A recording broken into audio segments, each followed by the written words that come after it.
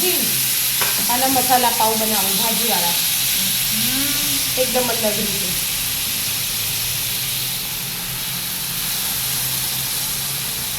લે વિદ્યા મોડું થાય ને લે વિદ્યા રોટલી હાથે ખાયા કે પાવ નહીં ખાવાનું એવું આપણા ઘરમાં એક બેના પાવ ખાવા હોય એક બેના રોટલી ખાવી હોય બધી સાઈડ ફેંકી દે ફેંકી દે મસ્ત મસાલાવાળા બનાવીને એકદમ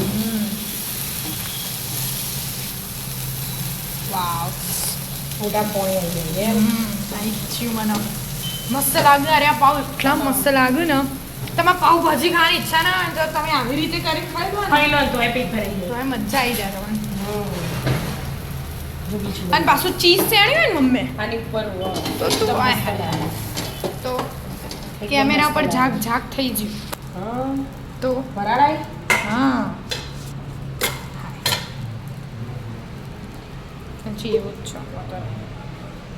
બીજા બનાવું વિદ્યાબુન આવ્યા હતા ને બે ખાવા ત્યાં હું ભાઈ જતા રહ્યા ખાઈને.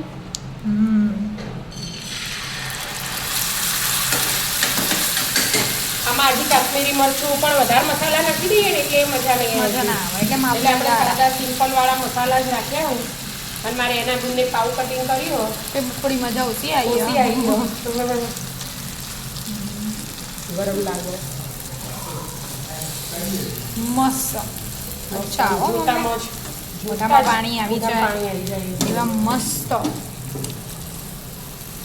મસ્ત મસાલા પાવ. મસાલા પાવ ભાજી ફૂલ મસાલા વાળી હોય અને આ હાથે ખાઈએ અને હાથે વઘારેલી છાશ ડુંગળી કાપેલી ને બધું તૈયાર જ છે.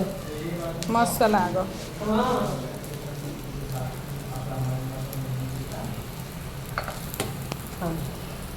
એકદમ જેને જે ખાવું હોય રોટલી એ બનાવી દીધી બધું અલગ ઉપર અલગ. ચીઝ સેણી હોય ને મમ્મી આટે શેનું તો નથી ના, વધારે ના, cheese પણ ખાવું cheese. ના ના પણ ચીઝ ને આપણે ફ્રીઝર વાળું હોય ને થોડું હા, વહેલા બહાર બહાર કાઢવું પડે.